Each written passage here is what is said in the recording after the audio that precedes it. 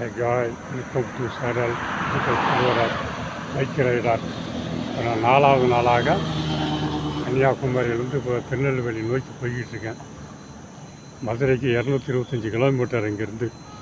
4வது நாளாக திண்டுக்கல்லேருந்து கிளம்பி காரைக்குடி, பிள்ளையார்பட்டி, ராமேஸ்வரத்தில் ஏர்வாடி திருச்செந்தூரில் சாமி தரிசனம் பண்ணிவிட்டு மறுபடியும் திருச்செந்தூர்லேருந்து கூடங்குளத்துலேருந்து கன்னியாகுமரி நைட்டு தங்கல். கன்னியாகுமரி லாட்ஜில் தாங்க தங்கினேன். லாட்ஜில் 1000 ரூபா கேட்டாங்க.